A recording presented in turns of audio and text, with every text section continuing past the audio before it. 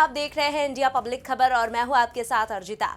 आगामी विधानसभा चुनाव के मद्देनजर दिल्ली की जनता के दिलों में जगह बनाने के साथ ही दिल्ली की सत्ता में लगातार तीसरी बार कमबैक करने का मकसद लेकर आम आदमी पार्टी जहां एक तरफ नई नई योजनाओं और घोषणाओं की रेवड़ियां लेकर जनता के बीच पहुंच रही है, तो वहीं दिल्ली में उसकी विरोधी पार्टियां अब उसके लिए नई नई मुसीबतें लेकर सामने खड़ी हो रही हैं। और इस लिस्ट में भारतीय जनता पार्टी के साथ साथ नाम जुड़ चुका है दो ऐसी और बड़ी पार्टियों का जो न सिर्फ अरविंद केजरीवाल की लीडरशिप वाली आम आदमी पार्टी के लिए बड़ा कंपटीशन बनकर उभर रही हैं, बल्कि दिल्ली विधानसभा चुनाव के मुकाबले को और दिलचस्प बनाते हुए सत्ता विरोधी लहर के बीच अरविंद केजरीवाल की राह को और भी ज्यादा टफ बना रही हैं। इन पार्टियों में से एक तो है असदुद्दीन ओवैसी की ऑल इंडिया मजलिस-ए-इत्तेहादुल मुस्लिमीन यानी कि AIMIM और दूसरी है खुद इंडिया गठबंधन में शामिल आम आदमी पार्टी की साथ ही कांग्रेस, जिसके साथ गठबंधन करके दिल्ली के चुनाव लड़ने के अरविंद केजरीवाल पहले ही तौबा कर चुके थे। और अब ये तीनों ही पार्टियां यानी कि बीजेपी, AIMIM और कांग्रेस एक साथ केजरीवाल के लिए सत्ता की राह में रोड़े अटकाने के लिए कोई कोर कसर छोड़ती नहीं दिख रही है। देश की राजधानी दिल्ली में कुछ ही वक्त बाद चुनाव होने हैं और उससे पहले ही राजधानी दिल्ली सियासी अखाड़ा बन चुकी है। सत्ताधारी आम आदमी पार्टी से लेकर विपक्षी खेमे में खड़ी भारतीय जनता पार्टी तक जुबानी हमलों से एक दूसरे पर आरोपों की बौछार तो कर ही रहे हैं, साथ ही कांग्रेस और AIMIM जैसी बाकी पार्टियां भी दिल्ली का दिल जीतने के लिए और आम आदमी पार्टी के खिलाफ एंटी इनकम्बेंसी का फायदा उठाते हुए दिल्ली की कुर्सी के करीब पहुंचने के लिए जी जोड़ जतन में लगी हुई हैं। इसी बीच आम आदमी पार्टी की तरफ से अरविंद केजरीवाल, मुख्यमंत्री आतिशी और कई नेताओं ने आज बड़ा दांव चलते हुए महिला सम्मान योजना के लिए खुद घर घर जाकर रजिस्ट्रेशन की शुरुआत की। लेकिन दूसरी तरफ आम आदमी पार्टी चौतरफा घेरती नजर आ रही है, क्योंकि एक तरफ तो बीजेपी ने आम आदमी पार्टी के खिलाफ आरोप पत्र लॉन्च कर दिया है, तो दूसरी तरफ कांग्रेस की तरफ से भी जुबानी हमले तेज हो गए हैं। और तो और AIMIM की भी दिल्ली चुनाव में बढ़ते कदमों से आम आदमी पार्टी के लिए मुसीबत 4 गुना बढ़ गई है। तो चलिए एक एक करके केजरीवाल के लिए चैलेंज बनते जा रहे इस दिल्ली चुनाव के बीच कैसा है राजधानी का सियासी माहौल जानते हैं विस्तार से। असल में दिल्ली के पूर्व CM और आम आदमी पार्टी के मुखिया अरविंद केजरीवाल और मुख्यमंत्री आतिशी ने राजधानी दिल्ली में आज से महिला सम्मान योजना के लिए रजिस्ट्रेशन की शुरुआत खुद घर घर जाकर की और इस दौरान केजरीवाल ने महिलाओं से योजना के बारे में भी बात की। दिल्ली सरकार ने कुछ वक्त पहले ही इस योजना का ऐलान किया था, जिसके तहत दिल्ली की महिलाओं को चुनाव से पहले 1000 रुपए दिए जाएंगे। वहीं चुनाव के बाद इस राशि को बढ़ाकर 2100 रुपए कर दिया जाएगा। इसके बाद आज से इस योजना के लिए पार्टी के नेता और कार्यकर्ता घर घर जाकर महिलाओं का रजिस्ट्रेशन करने वाले हैं। हालांकि अरविंद केजरीवाल की इस योजना को लेकर सिर्फ बीजेपी ही नहीं बल्कि कांग्रेस ने भी खूब निशाना साधा और इसे चुनावी वादा करार दिया। बीजेपी प्रवक्ता शहजाद पूनावाला ने कहा कि वो 10 साल तक सत्ता में रहे लेकिन दिल्ली को प्रदूषण मुक्त नहीं कर सके। वो 2025 तक यमुना को साफ करने वाले थे लेकिन नहीं कर सके। वो अच्छे अस्पताल और स्कूल की बात करते थे लेकिन ऐसा नहीं कर सके। और अब वो नए वादे कर रहे हैं। वो 10 साल से क्या कर रहे थे? ये सिर्फ चुनावों के लिए मद्देनजर जनता से किए गए चुनावी वादे हैं।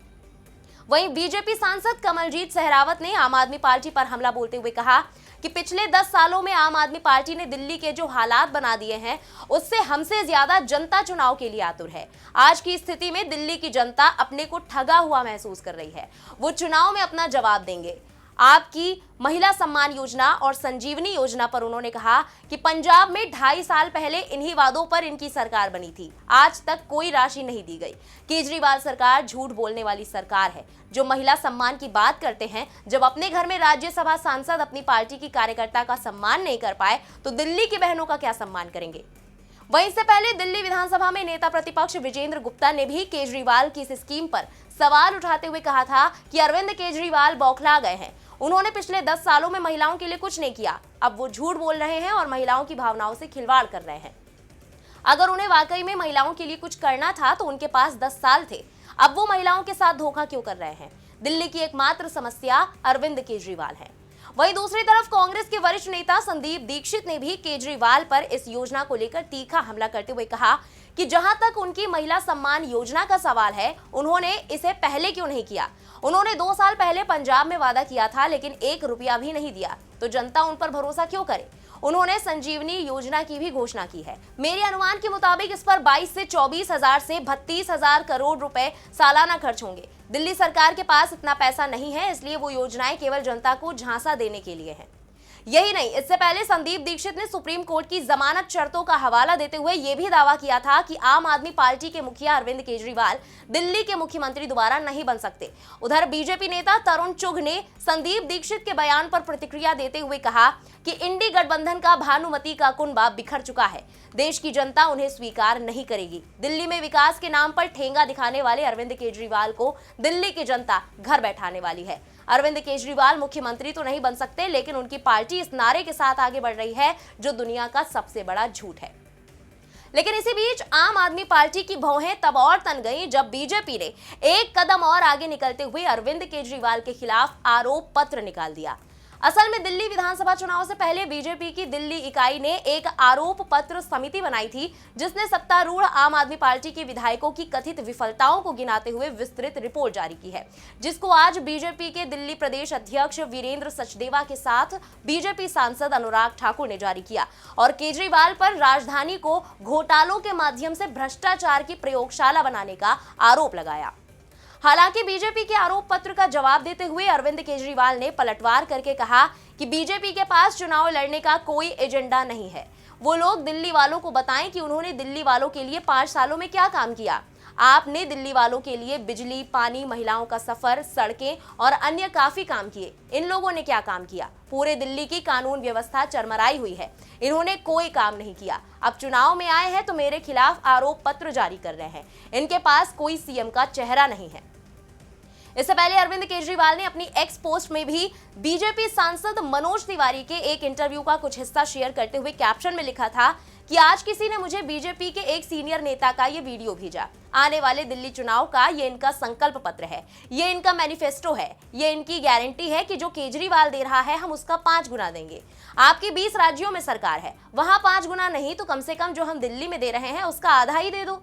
बीजेपी के पास मुझे गाली देने के सिवाय कोई नैरेटिव नहीं है। दिल्ली वालों के लिए कोई प्लान या विजन नहीं है, वो केवल सत्ता हथियाना चाहते हैं। अब बीजेपी और कांग्रेस तो एक तरफ अरविंद केजरीवाल पर जुबानी तौर पर हमले करने में कोई कमी नहीं छोड़ रही, लेकिन वहीं ओवैसी तो वर्बल के साथ साथ स्ट्रैटेजिक तौर पर भी केजरीवाल की पार्टी का विकेट गिराने की तैयारी में नजर आ रहे हैं।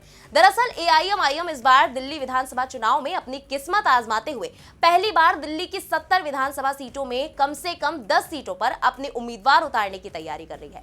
पार्टी ने पहले ही दिल्ली दंगों के आरोपी और आम आदमी पार्टी के पूर्व नेता ताहिर हुसैन को मुस्तफाबाद से टिकट दे दिया है। इसके अलावा पार्टी अन्य 9 सीटों पर भी प्रत्याशी उतारने का प्लान बना रही है। एआईएमआईएम ने इन सीटों पर अपनी स्थिति मजबूत करने के लिए चुनावी प्रचार भी शुरू कर दिया है। हाल ही में असदुद्दीन ओवैसी ने मुस्तफाबाद में एक रैली भी की थी और इस दौरान केजरीवाल को जमकर घेरा था।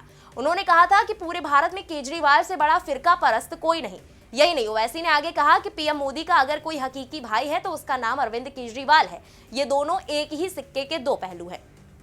जब हमने ताहिर हुसैन के नाम का ऐलान किया तो इन लोगों के पेट में दर्द हो गया।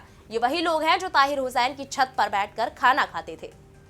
अब इन सब बातों के इधर महिलाओं के लिए लाई गई आम आदमी पार्टी की इस महिला सम्मान योजना पर भी थोड़ी बात कर लेते हैं, जिसको लेकर बीजेपी और कांग्रेस तक केजरीवाल की पार्टी पर निशाना साध रहे हैं। यहाँ बड़ी बात यह है कि केजरीवाल का ये दांव अचानक यूं ही सामने नहीं आया। इस वक्त देश के कई राज्यों में महिलाओं के लिए योजनाएं चलाई जा रही हैं। इन योजनाओं के तहत राज्य सरकारें महिलाओं को एक तय आर्थिक राशि प्रति महीने देने का काम करती हैं। चाहे महाराष्ट्र की महायुति सरकार की माझी लाड़की बहन योजना के तहत 1500 रुपए प्रतिमाह देने वाली स्कीम हो, जिसकी राशि अब बढ़ाकर 2100 रुपए प्रतिमाह कर दी गई है। मध्य प्रदेश में महिलाओं को 1250 रुपए प्रतिमाह आर्थिक सहायता देने वाली लाडली बहन योजना हो, या फिर झारखंड में हेमंत सोरेन की सरकार द्वारा चलाई जा रही मैया सम्मान योजना, जिसके तहत महिलाओं को पहले 1000 रुपए मिलते थे, जिसे अब बढ़ाकर सरकार ने 2100 रुपए कर दिया है। और तो और बिहार में भी अगले साल विधानसभा चुनाव है, जिसके तहत आरजेडी के नेता और पूर्व डिप्टी सीएम तेजस्वी यादव ने अभी से ही महिलाओं के लिए माई बहन मान योजना का वादा किया है। और दिलचस्प बात यह रही कि मध्य प्रदेश में तत्कालीन सीएम शिवराज सिंह चौहान ने 2023 के विधानसभा चुनाव से ठीक पहले लाडली बहना योजना के अंतर्गत हर महिला को 1250 रुपए देने की घोषणा करके सारे राजनीतिक समीकरण पलट दिए थे। उसी फॉर्मूले को बीजेपी ने हरियाणा और महाराष्ट्र विधानसभा के चुनाव में भी आजमाया, जो कि हिट साबित हुआ। अब दिल्ली चुनाव में इसी फॉर्मूले को आजमाने का दाव केजरीवाल ने भी चला है, जो कि आम आदमी पार्टी के लिए सियासी मददगार साबित हो सकता है। यानी कि दिल्ली विधानसभा चुनाव में केजरीवाल का महिला सम्मान योजना के तहत 2100 रुपए प्रतिमाह देने का दाव आम आदमी पार्टी के लिए मास्टर स्ट्रोक साबित हो सकता है। केजरीवाल की ये घोषणा गरीब झुग्गी झोपड़ी वालों के बीच पार्टी की लोकप्रियता को और भी ज्यादा बढ़ा सकती है। आम आदमी पार्टी ने जिस तरह से महिलाओं को 2100 रुपए देने का दाव चला है, उसका दिल्ली की सियासत पर अच्छा खासा असर पड़ सकता है। लेकिन इसके साथ ही अब बीजेपी, कांग्रेस और एआईएमआईएम की तरफ से केजरीवाल की बढ़ती मुश्किलों के बीच देखना दिलचस्प होगा कि दिल्ली की आधी आबादी केजरीवाल पर जीत के आशीर्वाद का हाथ रखती है या नहीं। फिलहाल इस पूरी खबर पर आपका क्या कहना है, कमेंट में लिखकर जरूर बताएं। बने रहें इंडिया पब्लिक खबर के साथ। हमारे यूट्यूब चैनल को सब्सक्राइब करें, बेल आइकन दबाना बिल्कुल ना भूलें।